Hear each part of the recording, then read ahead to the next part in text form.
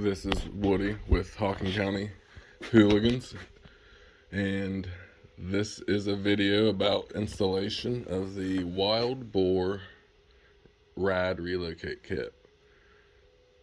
And go ahead and subscribe to our channel. The content is limited at the moment, but we are working on expanding that and adding more every day. So go ahead and take a look at that. The reason I wanted to do a video on this is there's a lot of different videos for different relocate kits online, but I didn't feel like any of them had basically all the fixes or problems that you might run into when doing this kit. And also I'd like to add, maybe to anybody that hasn't done it yet, if you own a Outlander, and this is a 22 570 DPS or Mossy Oak edition, same difference. I don't know what the older ones were like. I know this one, if you're going to do any type of riding beyond through your yard with a wagon pulling firewood, you have to get this kit. You cannot get your radiator as clean as it needs to be. It doesn't. I've tried everything. When it's in the stock locations, it's just impossible. There's no way to do it. And it's going to overheat. I mean, it's the hottest running four-wheeler I've ever been on. And from what I'm hearing, a lot of that's due to the way the water jacket is positioned where the oil filter is. Maybe I'm wrong on that. Somebody probably knows more about it. But through what I've read and seen, that seems to be the issue, because the temperature outside really doesn't dictate the motor temperature. It has no bearing on it. It could be 12 degrees out. Your bike heats up at the same rate as it does basically when it's 90 degrees out. So obviously there's different factors in play when it comes to your motor temp. And a lot of people were saying that it's the coolant temp. The coolant is actually raising your motor temp because of where that water jacket is positioned next to your oil filter. So that being the case, highly recommend a relocate kit.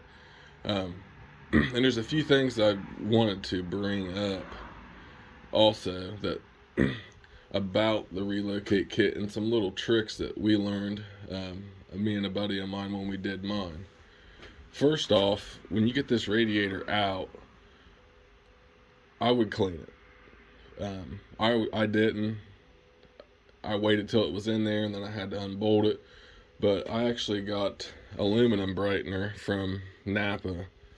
Now, you want to wear 2 or 3 pairs of gloves. You don't want that shit getting on your skin. But it does a great job. And you'd be really surprised how much mud, no matter how clean it looks, how much mud's still actually trapped in your radiator.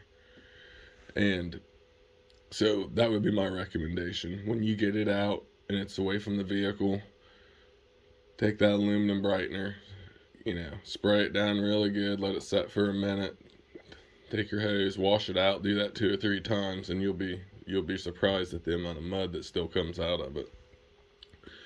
Now, I've seen multiple videos, and they're all somewhat helpful, and none of them were bad, but a lot of guys are cutting the fan wires to get them down through to where the stock location of where it hooked up was. Now, on this 570, we didn't have to do that, because if you look at your fan shroud, your wire actually goes all the way around the shroud. So we actually just pulled that extra wire off of the clips, and it gave us an extra foot. Okay, so I wouldn't even recommend on a 570, I wouldn't cut it. There's no reason to. It'll fit down through in between your hood and the plastic. It fit right down through there, and we were able to hook it up to the stock clip and then just zip tie it up there to where your headlight wiring goes through. And we had, on this Wild Boar kit, I've had people say that it didn't come with enough hose. I didn't find that to be the case. I actually had almost 10 inches left. And I think that's because a lot of guys are just cutting their holes out and making them even or whatever, and that's fine. I mean, you can do that. It's not a problem.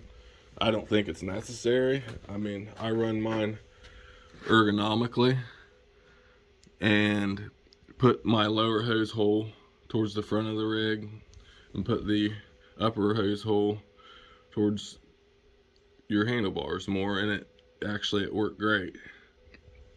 And I think that's one thing that'll save you some hassle. And the big one's cutting the wires, because you don't really need to cut the wires. You can if you want, but I've also heard a lot of complaints about the Wild Boar kit.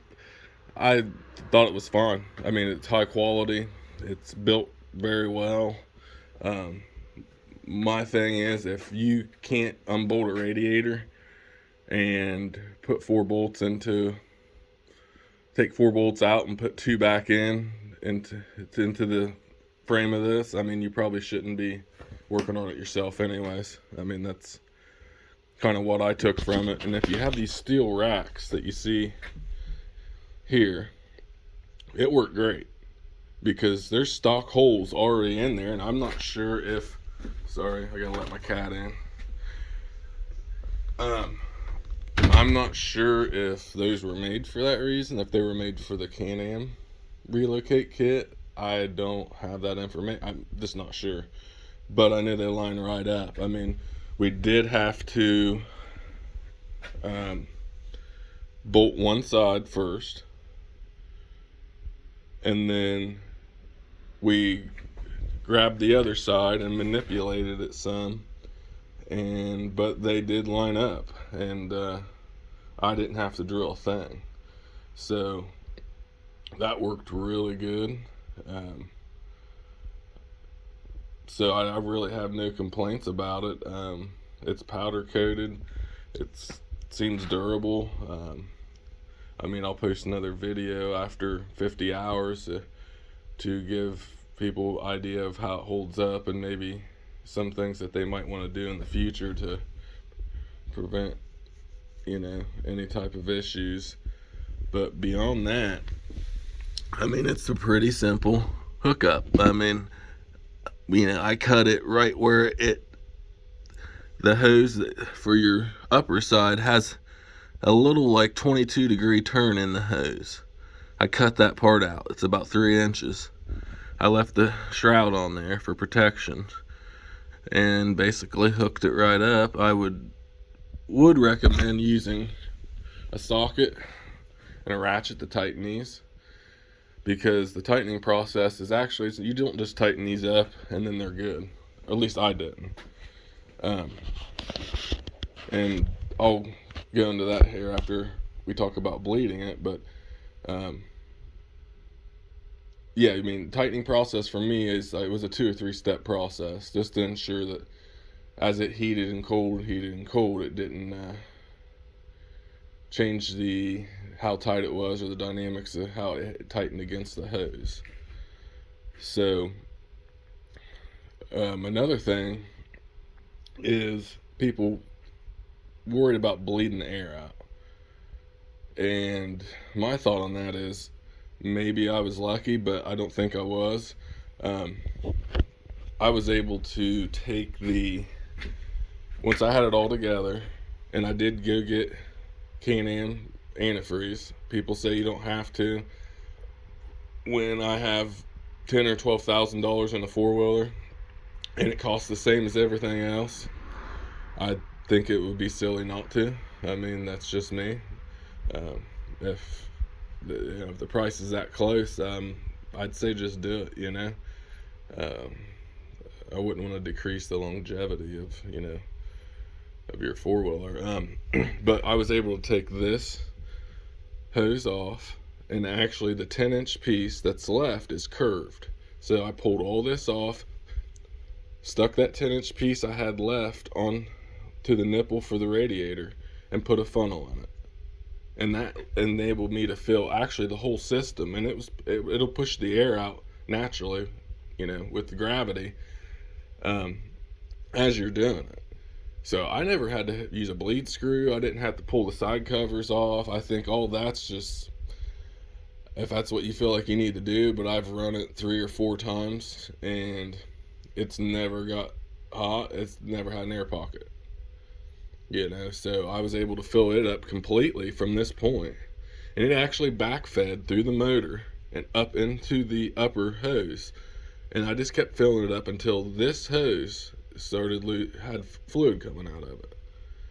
And then if you have everything mocked up and ready, as soon as that happens, you pull this fill hose off that you were using, your spare piece, and you can slide it back together and tighten everything back down and basically get it hot, get it up to temperature, shut it down,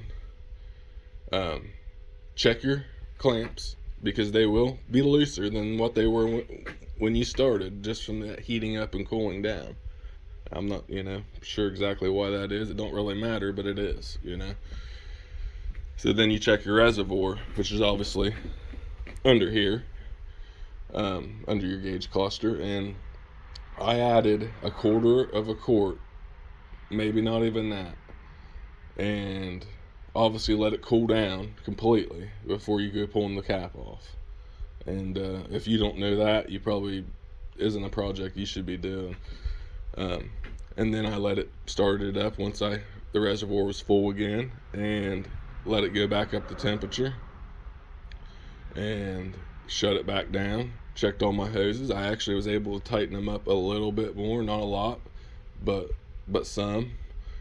And so then once it cooled again, I checked the reservoir, didn't use any fluid, and so far it's never went above 205 or maybe 207. They bounce back and forth. I mean, the way these fans kick on, they kick on around 205, and depending on if you're idling or if you're running full throttle, they might get to 207 before they back down. But I have noticed that the temperature is going down further. Once the fan kicks in, I'm getting into the 180s, which I never did before. I mean, under any conditions. So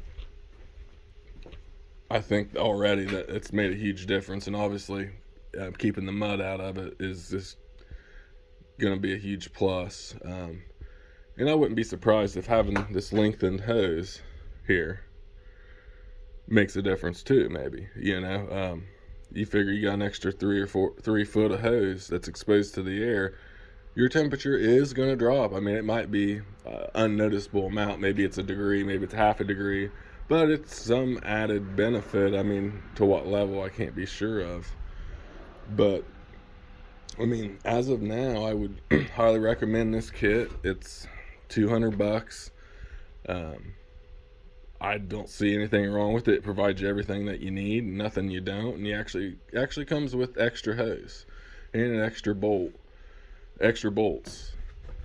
And I didn't move my reservoir. Some guys do. I didn't see a need to do it. Most of the people that use this kit don't do it.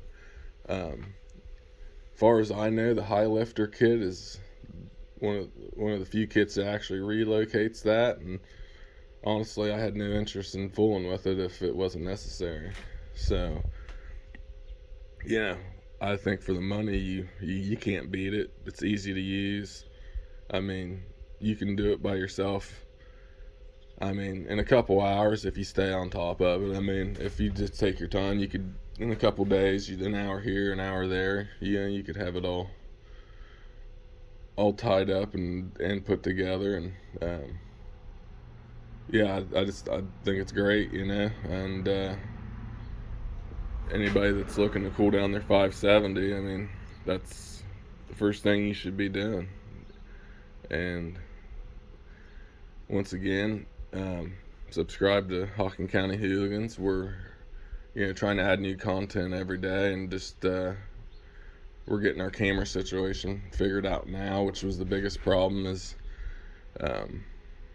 having a high quality camera, and then honestly getting in the habit of using it, because we've been riding for years, and we go to Hatfield, we ride the Outlaws, we ride everywhere, and but just getting in the habit of documenting that better, and getting it to you guys. So that is all I got on this.